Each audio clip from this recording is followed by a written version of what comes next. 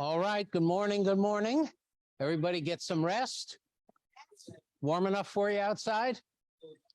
If it's any consolation to you, I checked the temperature. It was 30 degrees outside. I then checked the temperature back home in Chicago. It's 30. So now you know what our typical winter day, and this is not even typical, 30, 25, 20, 5 below. But this is common Chicago weather. Very uncommon here. I know that. So I did it. It's my fault. But I didn't bring you the snow and the sleet. I could have brought you that too. That's what I left in. Pardon me? Take it back. Yeah. Okay. Well, it's going to be 48 this afternoon with full sun according to the local forecast. So it's going to get better. Okay. This morning, we're going to focus down on Senator Casey's bill. And again, thanks to the wonders of technology, I did a little checking last night to see in its current status. And I want to show you the website where you can track any piece of federal legislation. And it now has a number, which we'll see, and I've got it as well. The website, there it is called congress.gov. Very simple to type it in, congress.gov, and your computer will bring it up, okay? And then up there, you will see current Congress. That's what we want. You can actually go back and look at different ones. We're not going to do that, all right? And then where it says examples, it says healthcare. We're going to be much more specific. If you would type in there for me, the exact title of this bill, Better Care, Better Jobs Act. In that top line there. Yep. Better Jobs Act. And then unfortunately, we've got it covered up on the right, but there's a place to click. Yeah, the question mark. Okay, and watch the magic of what's going to happen. Oh my gosh, look at that. Okay, so right down there, that's where I want you to be. Perfect.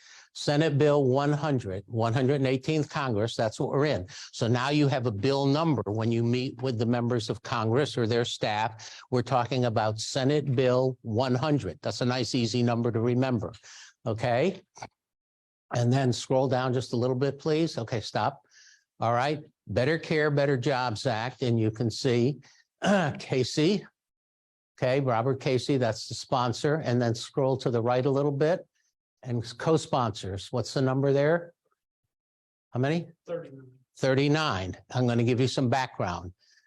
There were 39 co-sponsors last year when this bill was introduced. So that's a good thing.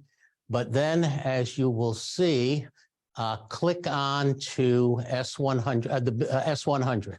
Yep. Ah, look at that. This is a very user-friendly website. And because I'm not a big techie, scroll up, all right? And then you'll see Senator Robert Casey introduced right there, 1/26/2023. It was referred to the Senate Finance Committee. That's where it will sit, all right? And then, I'm sorry, let me look here. Actions, committee, no, down here is co-sponsors in the next line. Click on that. And then you scroll up. Keep going. And look at that, stop. On the left side by party, 37 Democrats, 2 independents. This tells you something that we're going to talk about. Medicaid is a hot point issue. It's not home and community-based services, it's Medicaid. And you will see there is not one Republican co-sponsor of this bill. For the second year in a row. These are the same people. I checked the list last night. Then you can scroll down a bit. On the right, you will see the name and the date that they signed in. On the left, they organize it by state. So you would look for Alabama, and of course, you don't see any. So this is a very beautiful reference for you to look up any bill. Whether you have the number or not, you can type the name in. If you know the number, then you type the number in. Okay, and then you get its current status. You find out who are the co-sponsors, when did they sign on, okay? So if it is one of your folks and you're going to meet with them, thank you so much, Senator, for being a co-sponsor. This is the bill we want to talk with you about today. And if not, then the ask is going to be, can we get you to co-sponsor? Or can we get you to vote yes or whatever? And we'll get to that. But I wanted you to see the website because it is very user-friendly, and the Congressional Research Service that keeps it up to date, it's current within 24 hours. And so you'll even be able to see if it's scheduled for a hearing in the Finance Committee, what date and what time that committee is going to meet to have a discussion and take testimony on the bill. Okay? Any questions on the website? Yes. I believe there is a opportunity somewhere at the top to click on that says get alerts about those. Yes. We don't have a microphone yet. Ah, It says get alerts that you would automatically get. yeah, updated. on a specific bill. Yes, you can do that as well. So you don't even have to wait for Autism Society or Down syndrome or the ARC or whatever. You can click on and get it directly from, you may not get as much information, but you're at least going to be told there's going to be a hearing on this bill, or it's moving to the floor for a vote or whatever it might be. So yeah, it's wonderful. And I check it regularly because there are a bunch of bills I'm always interested in. And, you know, within 2 minutes, I've got an update. I don't have to call anybody in DC, check with a colleague or whatever. So I commend it to you as an easy one, congress.gov, not hard to remember, nothing fancy, and use it anytime you want on any bill. And you can type in the name or the number or even the topic sometime. Okay? Any questions? Okay, we can shut that down. Thank you. I just thought that would be a useful tool as you get more into this legislative advocacy, particularly if you're going to be having a meeting or you're going to a meeting or whatever, to say, okay, let me go to congress.gov and see what's happened to the bill since the last time I checked. Oh, it's going to go to hearing next Tuesday. I better know that. Better get the people out to start writing letters or making phone calls. And I've given you the Capitol switchboard number yesterday. Okay. All right, so that's that. Now, for today's work. So as I said, this bill is not new. It's identical to what was in the last Congress, and it never made it. The other thing I will tell you, and I think it'll only be a question of when it will be, is Representative Dingle from Michigan. Last year, and you can look it up and check it, had HR 4131. Okay, and she had, just to show you the sad polarization, in the House last year, 151 co-sponsors. That's a lot of co-sponsors. Everyone a Democrat, not one Republican. Okay, that tells you what we're dealing with here in terms of the polarization, where it was just a party. It wasn't even left versus right, middle, or whatever. Okay. And she, moved that bill. So my guess is she will be introducing the same bill in the next week or two. And again, if you type in Better Care, Better Jobs Act in a couple of weeks, if it's in there, you'll scroll down, you'll see there's a House bill number as well. And again, the nice part about when we have this kind of cooperation between the House and the Senate, the bills were identical. So it wasn't like, well, if we pass this one and they pass that, then we have to go to a conference committee because they've got this section and they've got a different section. That just makes the process even tougher. These are identical pieces of legislation last year, so that helps a lot. And the overall theme, if you read the 2-pager homework last night, is simple. Home and community-based service waivers are wonderful, but there are some major problems. We have massive waiting lists in almost every state in this country, whether we're talking people with developmental disabilities, people who are aging, people with serious mental illnesses. There are, as I told you, last time I checked, 372 different waivers in the states. No two are the same. And that's the good news and the bad news about Medicaid. What I used to be able to say to people is, you've read one Medicaid waiver, you've read one Medicaid waiver. It can be the DD waiver in Alabama, and I can go read the one in Georgia, and it can be half the same and half totally different, because states have flexibility, how they do it, how they pay, what services are on the menu. It's all, and that's part of Medicaid, because Medicaid is part state and part federal. That's the other important thing for you to know about Alabama. I mentioned this, I think, yesterday. The federal match varies every year based on average per capita income and other economic numbers in every state. The worst that will ever happen in the quote wealthiest states is 50-50. So when you hear Medicaid, know that in California, okay, or New York, out of every $100 that Medicaid pays in the state, they bill in those states $50 to the feds. So the states put up 50, the feds put up 50. In your state, Mississippi is the highest. You're the second highest in the country match rate. Yours, the last time I checked, is 77%. So when Alabama spends $100 on Medicaid, whether it's waiver or health care or hospital, doesn't matter, they bill the feds and get back $77. That's a pretty nice deal. I'd like to put $23 down on the table and then pick up 77 to get 100, okay? And even at that, your state and Mississippi, which has the highest rate, have the overall lowest utilization of federal Medicaid in the country, okay? That's the real world, okay? It's up to your legislature. How much are they willing to put on the table?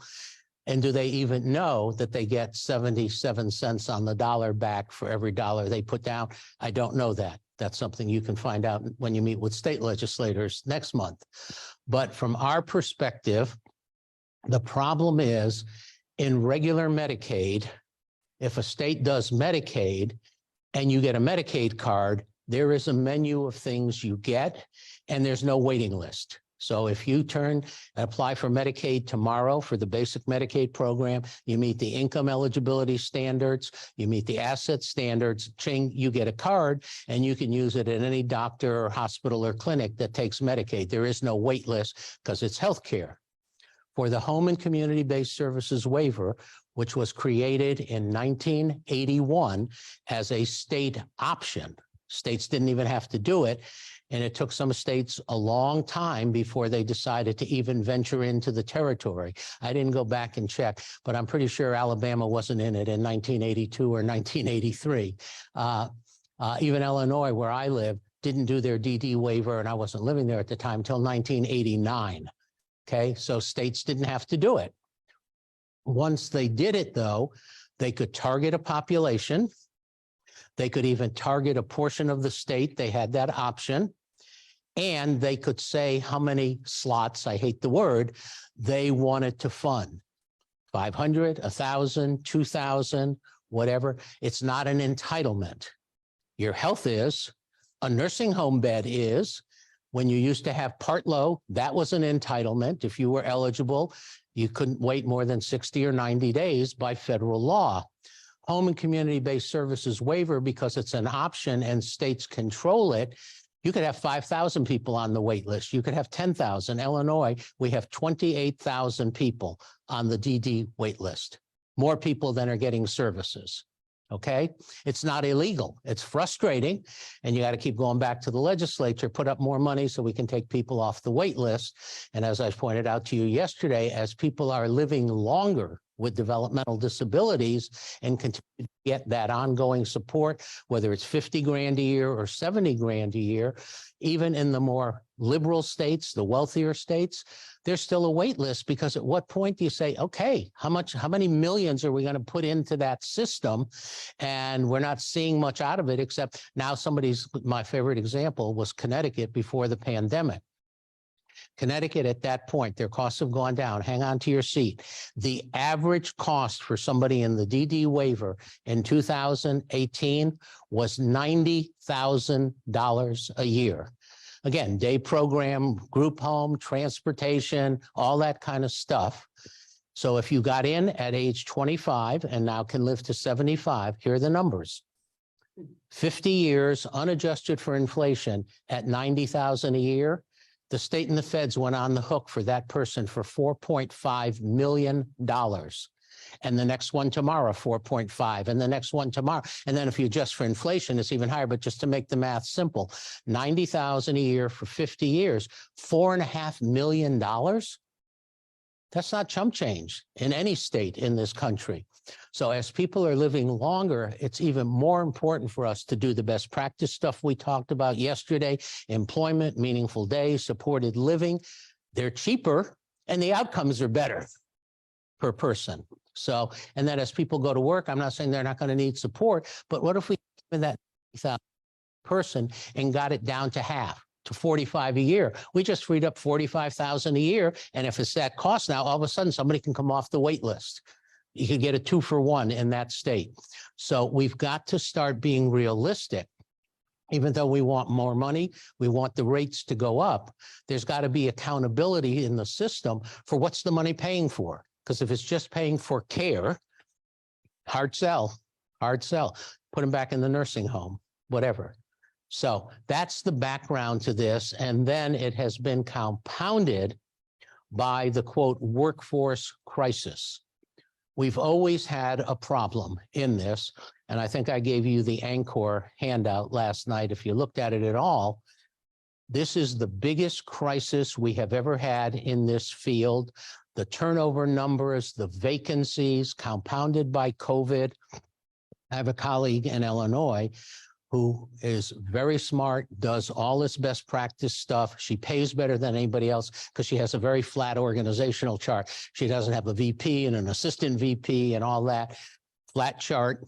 And even with what she's doing, Springfield, Illinois is not a very expensive place to live. It's the state capital. She has been advertising for 6 months for direct support professionals, hands-on, $20 an hour plus benefits. She's had one application in 6 months. That's $42,000 a year. That's not chump change any place, okay? People aren't interested. They don't know what it is.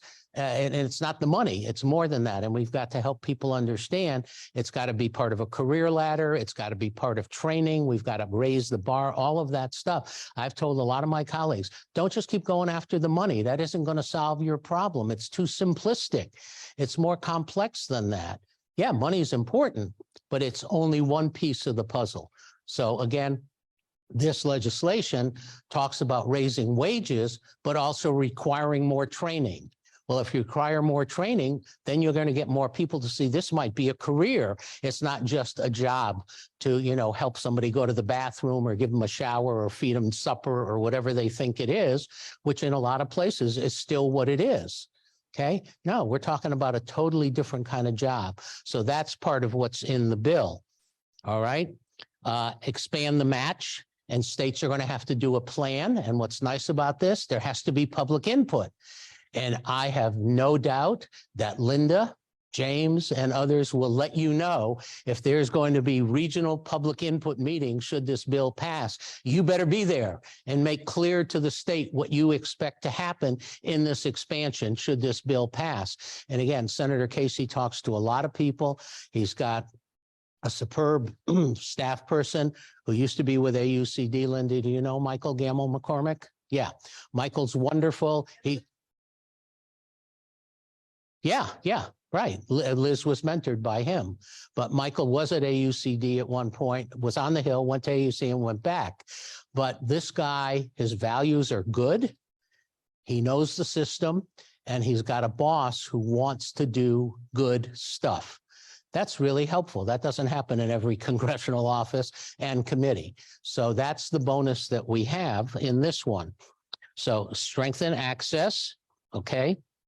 And that's important you got to get it. And it says here, allow working people with disabilities to access it. Again, there are income and asset restrictions. Well, if you go to work, there are ways to increase that in the current waiver. They want to make it even better.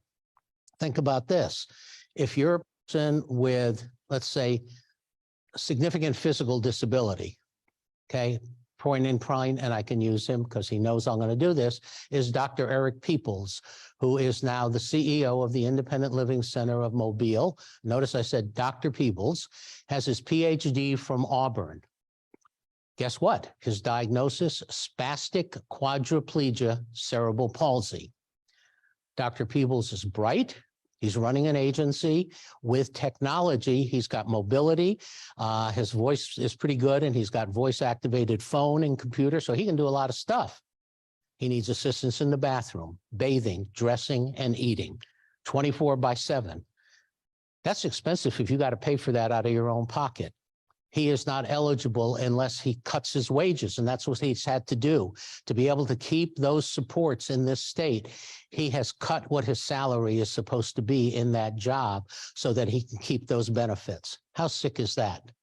Okay. So he's getting, I think, last time I checked, about 35 to 40% of what his salary is supposed to be. And the board's happy to pay it to him, but he can't take it. Because if so, it's going to cost him a lot more than that to pay by the hour privately for that kind of support. And he's had to do that a couple of times.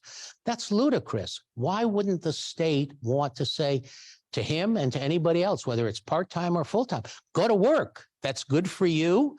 You're going to pay some taxes. Yeah, we'll still give you support, but let's get you moving. Okay. So this bill would allow states to do that. Maybe it would mandate it. Don't know. All right. Let's see what else is in here. The workforce. We talked about that. Okay. But the plan will have to say, what are you going to do? And this is another sneaky things that states do and providers do. I used to be one. The state will say, we're going to increase the rates by 10% for day, residential, or whatever. Most states finally now, thanks to advocates, have gotten wise and said, and that is to be passed on to the direct support worker. Okay. Otherwise, what's happened is the provider gets a 10% rate increase and they might give 2% to the staff. They use it for overhead or whatever. So again, states have learned from the advocates, if you're going to do a rate increase, spell out how that money is to be spent. And again, providers come in the good, bad, and the ugly, just like anything else, and some will do the right thing. But if the law doesn't say you must, guess what? Okay, we got some expenses in overhead. We need a new assistant VP. We'll put that money there, but we'll give you 2%, Angela, and be happy. That's 2% more than you had last year. Oh, I'm sorry, inflation went up 7%, so you're 5% behind. Okay, you've got to be able to think like that and help legislators understand that, state or federal, that if we're talking about raising wages, yes, it goes through in a rate, but they need to make sure that it goes to that person they want to have a better paycheck, better skills, and do a better job. Does that make sense? Okay. Show improvement over time. Reduce disparities. That's the outcome. More people are getting into the waiver, but their costs are going down. They're working. They're taking less support in their housing situation. They're out in the community, not in a day program, and they're making relationships with people in the community. Give you a great example of this. Young lady I know, not a family member, liked to swim. So she began going to the Y in her community. I think it was a YWCA, but it could have been YMCA, whatever. And she went to regular swimming. She didn't go to the disability swimming hour or whatever. And she went with a staff person, and she liked to be in the water and all that stuff. And lo and behold, in the water, she starts communicating with one or two neurotypical people who were in there, and they began to have a little relationship. 6 weeks later, one of the ladies says to the staff support person, I think she lives, the lady with the disability, on such and such. She told me, yeah. She said, I don't live far from there. Why don't you not bring her? I'll be happy to pick her up. I'll bring her here. We'll go swimming, and then we'll go to lunch. The staff person didn't know much about building community and was freaked out initially and went back to her boss. What do I tell her? Does she have to do a criminal background check? Do I have to do this and that? And they went to their board and they got it all straightened out. All they had to make sure of is she was going to drive. Does she have a valid driver's license and insurance and a cell phone? That's legitimate. That's backup and whatever. All of a sudden, I want you to hear this, the number of hours that support person was spending every time to go to the pool. So travel time in the pool, the locker back, was amounting to about 4 hours, 3 times a week. 12 hours just got freed up. Even at 15 an hour, that's $180. She could spend her time with somebody else who needed different kind of support and a member of the community. I don't like the term natural support, but that's what we're using. That's called a friend. That's called a colleague. That's called a relationship. I don't have natural supports, but we use that to differentiate from paid support. That's what we want to happen when we do community inclusion and integration, build relationships. And she could have one friend at the swimming pool, and maybe if she ended up wanting to go, say, to a knitting club, that's a different friend, okay? We've seen examples in states where guys join the Knights of Columbus or Kiwanis. Oh, and they even go drink beer with them. Oh my goodness, how can that happen? Okay, that's perfectly quote unquote typical, normal, okay? So those things can happen, are happening, but the staff, one, have to even be willing to go out in the community on a one-on-one basis to assist you to get connected, and then realize their job is to fade, to get the hell out of your face unless you really need them. Does that make sense? Then all of a sudden, we're spending the money better. We can document that. We can measure it in terms of quality of life outcomes. That's what this bill is. They're not going to get that prescriptive. That's what you're going to have to input to the state. And there will be some people in the state who will fight you. There will be families who will fight you. There will be providers who will. You're going to have to know that. It's just, everybody's going to say, oh, amen, hallelujah, where do I sign? If it were that easy, the bill would pass too, okay? But I'm just trying to give you an overview of what's going to happen. And he talks here about quality and accountability. The direct care workers, and I hate that word, but I told you why it's in there yesterday. And it says here, build workforce programs that register direct care workers to connect with people with disabilities, okay? Facilitate coordination, safety, quality, organize, all of that kind of stuff. It's there. It's really, really good.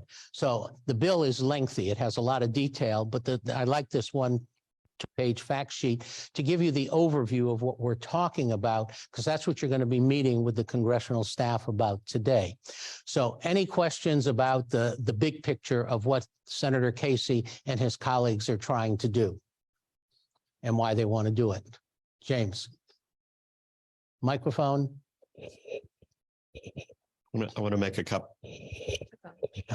couple of comments that I think are relevant, especially in thinking about this kind of targeted legislative advocacy. First of all, I want to share with you, Alan, I thought it was correct. So I double checked. Alabama's had its ID waiver since 1981. That may surprise you. It's directly related to Wyatt versus Stickney litigation and the efforts of the Department of Mental Health to create alternatives. So that's good. It's a good thing that the state has participated in the ID waiver. A couple of concerns, especially in the context of the work of this group. Alabama's ID waiver is just that. It's an ID waiver. It's not a DD waiver. Correct.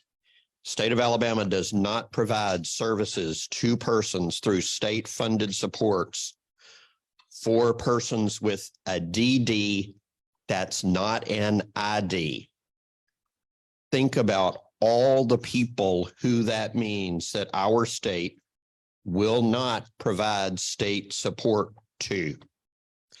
So I just wanted to provide a little bit of context. And James, let me interrupt you. Yes. Dr. Peebles doesn't meet the ID, so he's on the aging and disability waiver or whatever that one is called, even though he meets more than 3 out of the 7 functional if we had DD. But he's a perfect example of lots of people in the state who need that kind of support, but because they have an IQ above 70 or 72 or beyond, sorry, you're not eligible for a DMH-DD waiver. Thank you.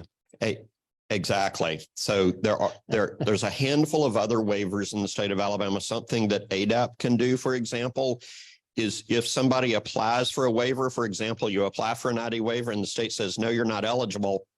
The end. Well, there are other options. There are other waivers. There are other ways to think about it.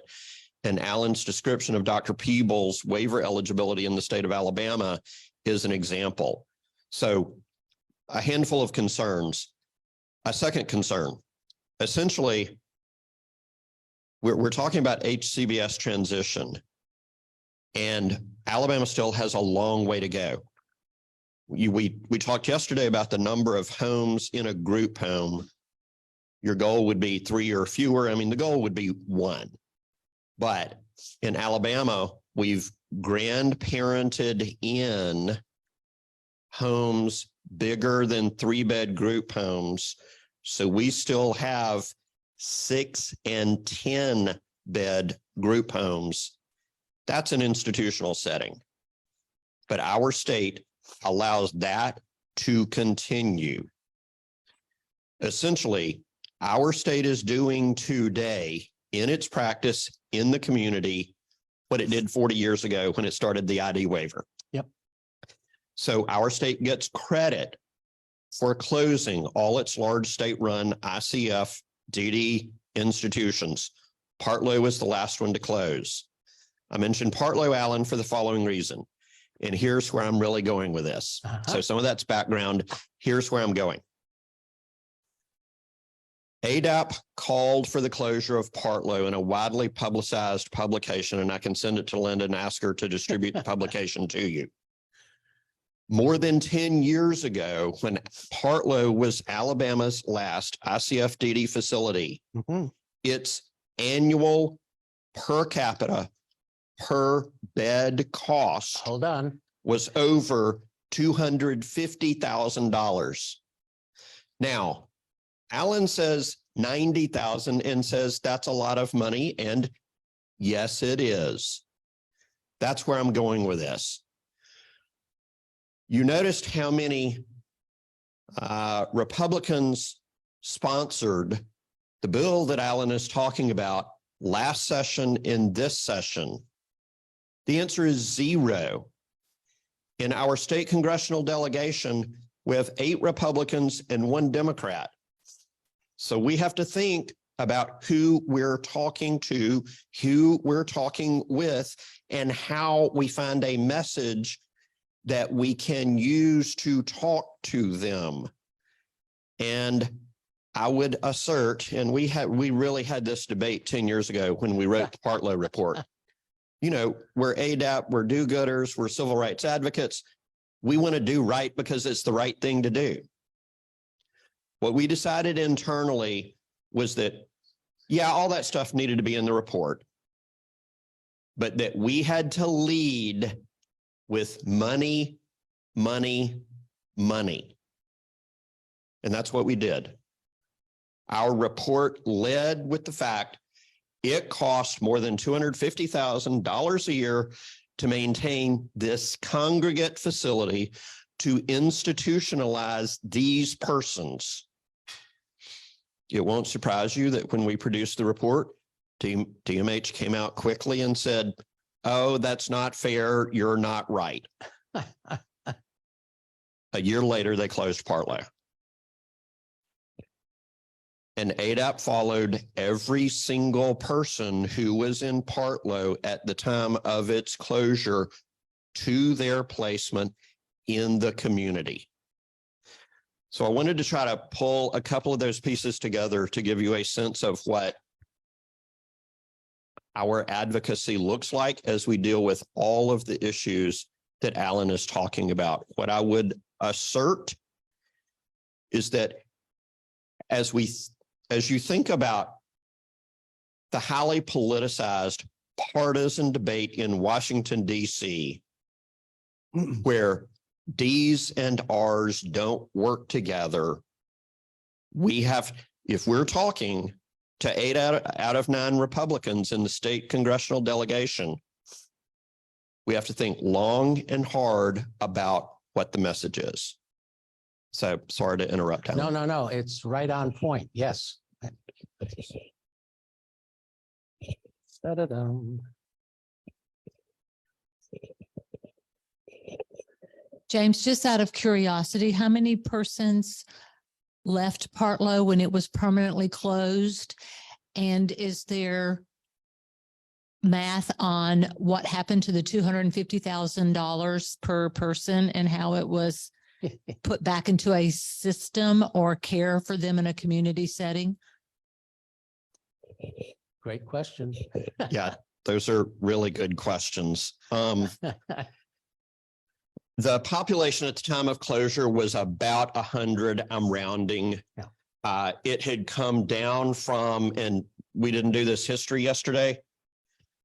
When Wyatt versus Stickney was filed 50 years ago against the state of Alabama Department of Mental Health, there were, you may have heard the number before if you haven't, get ready for it. There were more than 3,000 people at Partlow. Yeah. They received a shower with a garden hose. Mhm. I'm not going to keep doing that No, history. No. The point is to show how far we've come, but boy, do we have work to do. With regard to the question about money, we haven't really talked much about Medicaid. I was going to get there, but. Well, I don't want to get ahead of you. Another quick piece of context that I shared with Alan yesterday. In Alabama, you can double property taxes. We'd still have the lowest property taxes in the country. Alabama's general fund, through which we run every state agency other than education, our total general fund budget is smaller than the Montgomery County, Maryland K-12 public school budget. In Alabama, our politicians make the choice to not tax ourselves for the services that we're advocating for. So to your point, I think the State Department of Mental Health tries hard to do the best it can with what it's got. To their credit, for example, within the last couple of years, they wrote a new waiver, worked with the governor, worked with the legislature. So we're now funding what's called the Community Waiver, CWP, Community Waiver Program. It's not working as it needs to. We don't even have half the slots filled yet. There are problems with implementation, but writing the waiver and trying to get the money to implement it were very good things. So I want to give credit where it's due. We want to see that work and work better. But these are examples of why partners is so important. We need to be able to work together to lift up our voice together, to take messages to both state and federal officials. I saw a hand over here. There's one there too. Okay.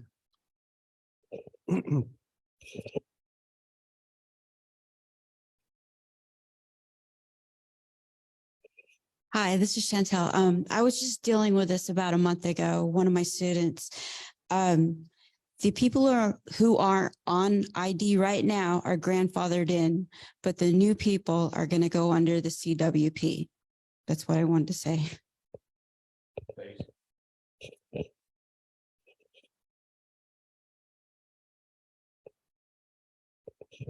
This is Maria.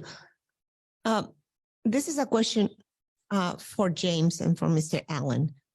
So since Alabama is still one of the 11 states that have chosen not to do the Medicaid expansion, but there is so much data that has been collected that shows that the lives of people with disabilities can be improved for people that are living below the poverty level, that have no access to health care.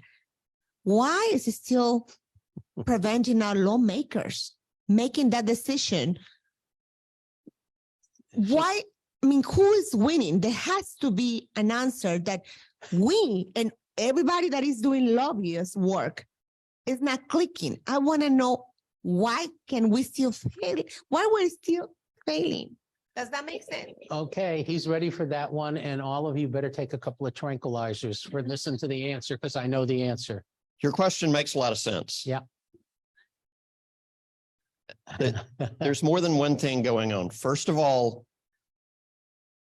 Maria, your question assumes that the majority of elected officials in the state legislature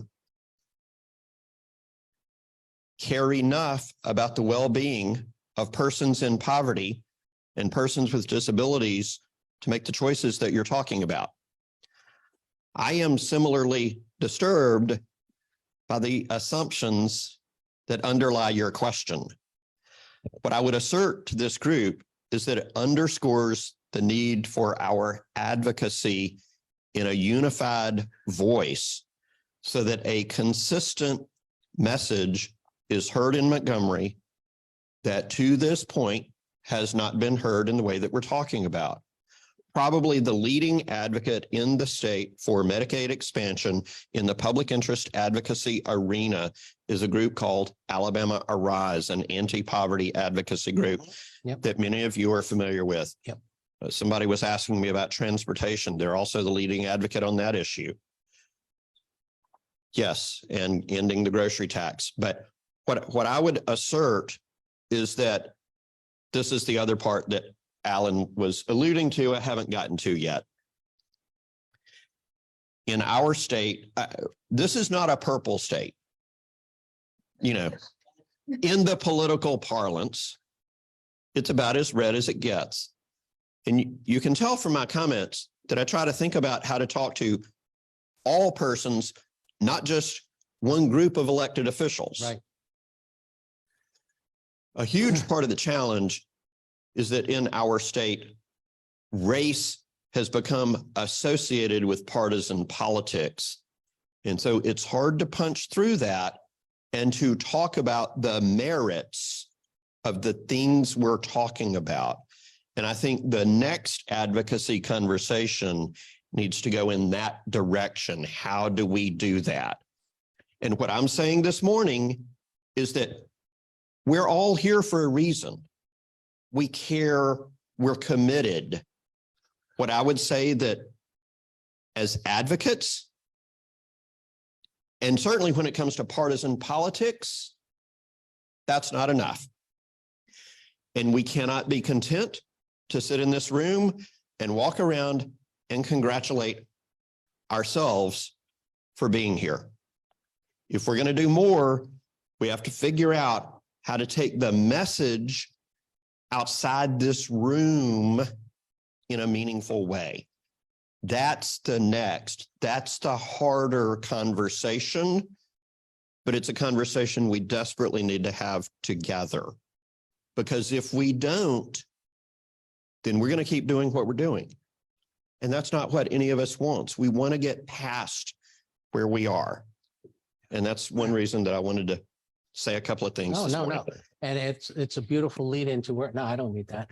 Where I want to go with this conversation, and I want to take it back up a little higher. And the race issue is an issue not only here. The issue is also, what does the typical legislator believe Medicaid is? Forget waiver for the moment. Medicaid is healthcare, okay, whether it's expansion or not. It's hospital, it's medicine, and it's nursing homes. That's what 99% of legislators, congressional members in many cases, and their staff believe. Again, that's what they learned Medicaid was. It's for those welfare moms and their kids. Okay, I'm sorry, but we got to be honest. That's the perception. Part of what I want you to be thinking about in these meetings is explaining to them what a waiver is and what it does. And yes, it comes from Medicaid, because for some of them, that's going to be like, what are you talking about? Medicaid doesn't pay for that. I thought the state, they probably think group homes are paid for with state general fund. Okay, the ones who are on appropriations might know that it's a Medicaid match, but I can tell you from the work I have done around this country and even in DC, typical folks in elected positions have a narrow vision of what Medicaid is. They may not have that, quote, racial bias, but they still have that it's for those low-income people and it's healthcare and blah, blah, blah, blah, blah. But when you talk about a home and community-based services waiver for providing support for people to have employment, to live as independently as possible, all of that, that's a foreign language to them. So part of what you're going to be working on in your groups in a few minutes is how are you going to orchestrate educating them, not only about the bill, but why it's important and what a waiver does. And in a nice way, say, it's not Medicaid this way. This is a Medicaid home and community-based services waiver. They've been around since 81. Alabama has been in it since 81, but it hasn't changed in 42 years. And the field has, and there's a wait list and whatever. So James's point is valid, but to show you, even in what is a blue state, because there are politics in a blue state, which is where I live, okay? Dominated Democrats in the House, the Senate, the governor. We have, hang on to your seats, I don't think James even has heard these latest numbers. We have 1,700 people still in 5 state-operated developmental centers, institutions. You ready for the cost? $385,000 per person. Okay? That's real. Guess what, though? We have 2 major problems. On the Democratic side, we have the unions because they're all unionized. What's going to happen? These people will lose their jobs. Well, sorry, the factory closed. They lost those jobs, different headset. And then we heard from the Republican legislators because we had a Republican governor several years ago. And I said, oh, amen. He isn't going to care about the unions. Before he was even inaugurated, the district key people in the state legislature where the institutions are all happen to be Republicans. They went to the governor and said, don't you dare close it. That is the seat of the economy in my county. Okay, so my translation is, in Lincoln's land, we have indentured servitude called people with disabilities in state institutions. On the Democratic side and the Republican, I just want you to know that the politics play out different in different states. And the number in our state, no governor, even the current governor, has not been willing to even talk until recently, where there have been 6 court cases and deaths in one place called Choate, about maybe we're going to have to close it. But he hasn't said what's going to happen to the people. And I'm sure the pressure will be on, redistribute them to the other places where we haven't had all those lawsuits. So politics is key to this. That's why advocacy and partners is essential, because part of your job, as Mr. Lunch said, Dr. Lunch yesterday, is change the image that's in their head of what Medicaid is, what a waiver does, what somebody with an intellectual or developmental disability has the strengths, interests, and preferences is given the choice to make a contribution. Yeah. Couple more and then we got to go to, you got to do some work. Well, it's up to our homework. Okay. Do you suggest, Alan, that we use a word other than waiver? If there is a mindset that the Medicaid waiver belongs or has belonged to a particular population of people historically, but we want this expansion opportunity, do we need to say? Not for the congressional staff. Okay. Save that for the state All right, legislative staff. just- That's okay. a state decision. The federal government gives you carte blanche, autism, ID, DD, young, old, in between, physical disability. And so I wouldn't get into that with congressional staff. We want to stay up here because the bill is global. Right, but what I'm saying is if Medicaid, if there's a bias out there, perhaps, of when they hear a Medicaid waiver, should we say an opportunity to expand support services? Yeah, I think you can say that. Rearrange it. So address it by, call it what it is, the KCI, but in our discussion, say support services and Yes. maybe Yeah. if No, you keep that- reiterating support, then, No, and the good. other thing That- I and wanted, just want to say, that's what I want you to do. You can name the bill when you first meet with them. We're here to talk about Senator Casey's, whatever, Senate 100. They need to know that because they're going to look it up. And then the rest of the conversation, don't use the word care. Don't say anything. Just talk about community supports and services, right? okay. And the other thing I'd like to reiterate is our hearts are all the same color. So Amen. yes. Yeah. And again, remember Senator Dole, and again, in a gentle way, let them know, and I don't know your political affiliation and I don't want to know it, but that people with disabilities grow up in Republican homes, Democratic homes, wealthy homes, middle-class home, and poor homes, okay? It doesn't discriminate. Use the Dole quote. You've got it. They may not like Dole because he was a moderate, but nonetheless, I think they need to recognize disability doesn't fit in a nice little box that it's only those low-income, scummy people who have kids with disabilities. And I'm not saying that's what they think, but your job is to make them aware this is a universal concept in Alabama and every other state, and it doesn't discriminate. Something like that. Okay, great discussion. Now, We've had a notice that one of the congressional staff will not be joining us. So I think hopefully we're still going to have one. And then we are going to have Senator Tucker and Senator Anderson, or representative, whichever titles they want. And if I'm counting correctly, 5, 7, 9, 11, 13, we have 15 of you. That will work out well. We're going to have 3 groups of 5 now to start practicing. But before we do that, Linda, I defer to you. Should we just group people, or do you have some? I want to make sure we have parents and advocates, and we have self-advocates. We have enough diversity in each of the 3 groups, so we don't end up with some advocates in one and something over here. And I'm just looking around the room, and it's hard for me to know. So, okay, I'll let you then. They'll figure out whether you're going to be in group 1, 2, 3. In the meantime, if I can get a little help passing out paper, this will help you for what's about to happen. That's one. Okay. And that one we've pretty well covered. Whoops. Thank you. Let me grab one for me. Okay. And if we can put up on the screen, there were 3 different pieces of paper. The first one is key to successful meeting. No, that's the second one. Okay. That'll come next. There's one other. There's 2 others, but let's go back. Nope. Okay, one left. There we go. No, I'm sorry. That's the guidelines. I'm sorry. I want the one that says key. To a successful legislative. Yes, This one. there we go. Okay. Yep, thank you. All right, Are you ready for me to put them in? not yet. No, let me give them the instruction. Again, this doesn't matter what group you're in. I want you to, and it's up on the screen now. All right, this one I'm going to be quick on, and then I'll go to the guidelines. So the key to a successful meeting, please listen up, because you're on pretty soon. All right, as I said yesterday, your job is to inform, educate, and persuade them to support your cause, your bill, your issue. And sometimes our issue is, we want you to oppose this bill. Okay, we've done that too.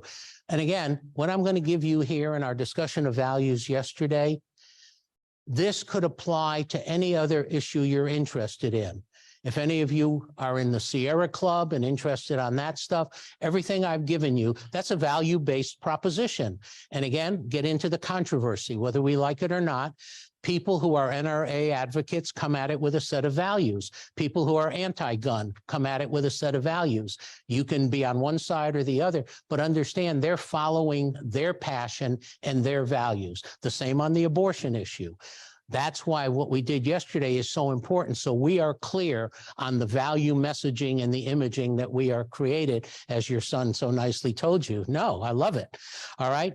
Again, put partisanship aside. Think of your elected official as an honest, intelligent person representing you and wanting to do the right thing. Because if you go in with all this presumption, even though we've talked about it, that they're bigoted, they think racially, whatever, they don't like people with disabilities, your headset isn't going to be in a very proactive, positive thinking way. They're elected officials, treat them with dignity and respect. Hopefully they will do the same with you. All right. Always about an anecdote will be good. Do your homework. If they're on committees, I gave you that information yesterday. You know the history, you know the values and the goals of policy. We spent a lot of time on that. We've talked about the issues. Then we get into the facts, and you'll be able to talk about that. Personal stories, always anticipate questions. And this is one where your ego has to tone down. So they ask you a question and you don't know the answer. Do not fake it. What might you say instead? I'll research that and get back to you. Amen. Hallelujah. And then get back to them, because part of what you're trying to do is build a relationship and credibility. That's the right answer. Don't fake it. They will catch you, and then you'll never come back in that office. You're trying to build a relationship and establish credibility and trust. Okay. And the way you do that is having integrity yourself. It's okay to say, gee, that's a great question. I don't know that. Thank you for asking. I'll do some research and I will get back to you in about a week or so. Niles? Is it also okay to direct them to say a source that would? This is Niles, by the way. Is it also okay to direct them to a source that would be able to provide them that answer? No. They don't want to do the work. That's part of our job. If you know the source, you go there and get it for them. Yeah. Okay. Yeah, no, I'm sorry, but I mean, we're trying to build us. And if they go call this person or go look at that website, that's not going to. So we have to do homework, but it's okay to say, I don't know. Nothing wrong with that. Again, this isn't about your ego. Okay. So remember that and just get going on it. If there's opposition, and at the point now, at least we're not aware who's opposed publicly to this, you need to know that. If they let you know, well, I've heard from the blah, blah, blah, really, I didn't know that. I need to look into that. Again, it's okay to say, I don't think there is any outward opposition. There's the passive opposition in terms of no Republicans. Okay, so that's your background. The more important one for what you're going to be doing when you break into your groups is the one called Guidelines for Meetings with Elected Officials. Get that up there in a minute. Okay, this is what's going on now, all right? You're going to have in each of your groups 5 people. You're going to do a little talking and planning. And again, everybody has to have a role. Whenever you go to a meeting, nobody's a token. That doesn't work well. And in fact, that often can reinforce the stigma that you don't want reinforced. If you're not going with a family member, bring a picture. All right. Get clear what you want to get done. And again, typical meeting on Capitol Hill is 10 minutes. If you get more than that, you can elaborate. If you plan for 20 and you get 10, you're going to, what am I going to do now? What do I cut? Whatever. So your job is going to be, each of you have about 2 minutes apiece in your 10-minute meeting to follow this sales presentation, for lack of a better word. Always make an appointment. Always dress appropriately. Doesn't mean you have to have a suit and a tie or a fancy dress, but don't go in with torn jeans and a tank top and a t-shirt and whatever. Again, you're meeting with an elected official. They're not going to be dressed like that. Dress appropriately, okay? Always have an appointment. You just don't drop in to a congressional office. I'm here, I want to see you. They're busy. They see a lot of people. They have a lot of meetings to go to. Always introduce yourself and where you live. And when you start your meetings, not your bio. Hi, I'm Alan Bergman. I live in Vernon Hills. I'm so-and-so. I live in whatever, just so they get a sense of who's, all right? You can tell more about yourself when it's time in the minute, but always introduce. And again, even if you've had a relationship with them, it gets blurry. You see 50 people in a day, 75, you get a little older, you recognize the face, the name doesn't click. Again, don't make an ego game. Well, they know me. I'm just going to wait here till they say, hi, Alan. Okay, I've seen people do that. Senator Alan Bergman, oh, of course, Alan, how are you? Okay, cut through any of that, what I call ego stuff. This isn't about a power game between you and them, all right? Get down to business quickly after you do the quick intros. Whoever's going to go first. We're here to discuss with you Senate Bill 100 by Senator Casey, just introduced on January 26, the Better Care, Better Jobs Act that has to do with making major changes in the structure of Medicaid home and community-based waivers. And we're going to talk with you about that, blah, blah, blah, blah, blah. And we're asking for you to get to, to co-sponsor, to you want to be clear at the beginning. What are you asking? What are you selling? What do you want them to buy? And then you're going to close with a regrouping of that. All right. If you know anything about their previous support, thank them. State your case. Don't use jargon or acronyms other than home and community-based services and supports. When you talk about people, talk about living with minimal support in their own home. Not everybody needs 24 hours. Talk about people working in real jobs for real pay, connecting in the Y or whatever. Give some examples if you have them of that kind of stuff. And be specific and don't talk about PCPs. Talk about a person-centered plan if you're going to talk about it and what that means, because they don't know the jargon. A lot of the folks in our field don't. a personal story or anecdote, you know, somebody who is benefiting from stuff, somebody who's been waiting for 10 years, however you want to tell that, and get all that done, and then ask what you can do for them, and ask them, how do they perceive the issue? What else do they need to know? Okay, you're leaving this the opportunity for them. Wow, I need to know more. Are there more people in the state or whatever? And then again, you finish up, thank them. Typically, we'd have a fact sheet to leave. We don't have that right now. You could, if we could have, I guess we could have given them extra copies, but they're not even going to be in the room except for the 2 role players. And then you thank them for their time. And if you've agreed to do a follow-up, and I will get back to you next week about whatever you've asked me to do. Thank you again for your time. And then later on, we'll talk about you write thank you letters. We're really sloppy about this stuff. We need to be gracious. And we all learned sometime in kindergarten, probably 2 important words, please and thank you. We've gotten real bad at that as a society as a whole. But in the legislative arena, I said it yesterday even, we need to thank them, particularly when they vote for a bill or co-sponsor, even if it doesn't pass. Thank you so much, Senator, for supporting us on this piece of legislation, state or federal. That goes a long way and it doesn't cost anything. Okay. All right. So that's your scripting. Now I'll listen for the assignments. And I think with 3 groups, do you still want to do one out there or do you want to just rearrange them in here? Your call. Because we'll have 5, I guess maybe one out there, 5 over here, 5 here, and 5 out in the area. Yes, ma'am.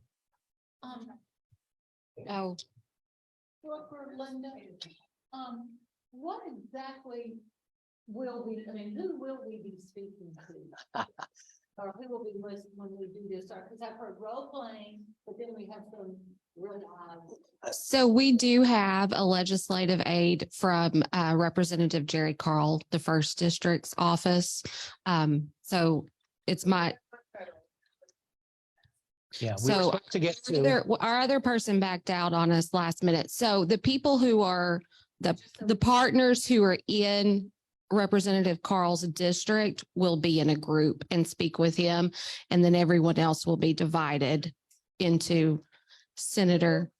Yeah, we're going to rotate. So Yeah. all 3 groups will get a meeting with the staff person from Representative Carl. You're going to get to do this 3 different times. And they know that it's a practice session for us. And I will- He does know that. A little bit about what and again, let me tell you what I'm going to tell them because it's really important.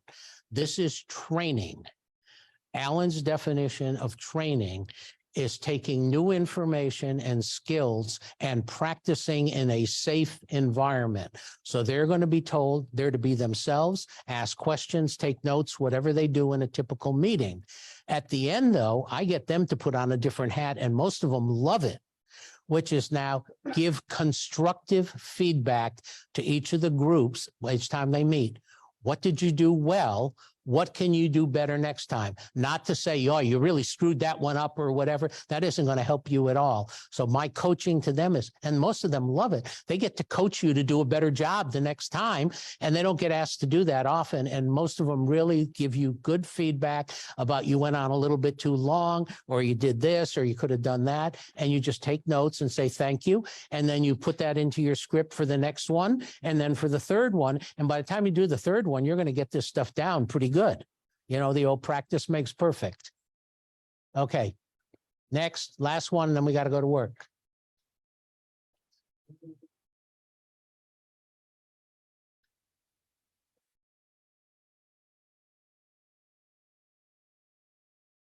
Okay. Are we set? Don't want to fumble over someone's name. We're just gonna give you a code, and that's your group. Oh, okay. Well, the first group of his constituents will keep over here then. Okay. And well, can we move the computer or whatever we're using? Yeah, setting that up while they're doing their. Yeah. practice. Okay. All right. So as soon as you get your color code, one group will be here. One group will be in that back area where James and Nancy are, and the third group will be out in the area out there. So we're concerned, those who've been outside, all of those college track athletes are out there. Oh, they It may- are It still. may not be hard. Then I let's think not do they're that. in and out Yeah, all no, day. no. Fine, then let's do one group here. Okay, one group in sort of that table. Yeah, yeah, no. Okay, in that area and the other one in the back. We'll make it work. No, that's fine with me. Yeah. Yeah, okay.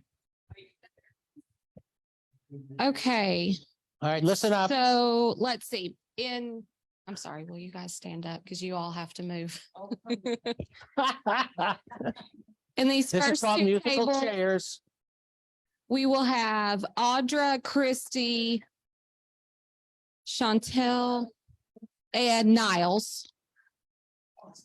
And you're pink. Will you take pink for me? And then Okay, give me just a second. I have to visualize. I'm a visual.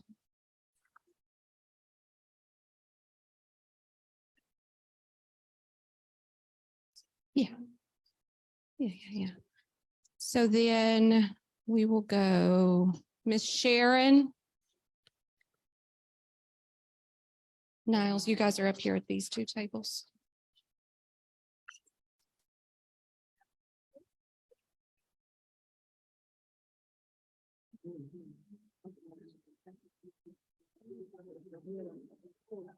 okay.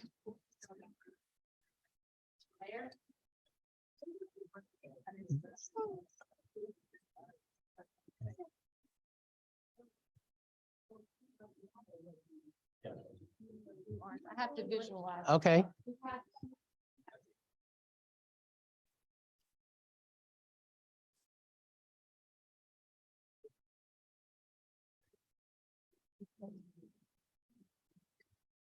And, okay, that's fine.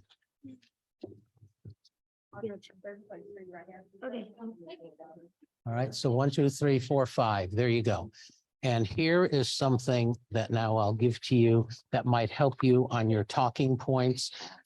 This is almost like what I call plain language talking points. So there should be, did I give you 4 or 5? Count them out. Okay, I'll give you 5. We have plenty of paper. There you go. And y'all might want to take a minute or two to look at that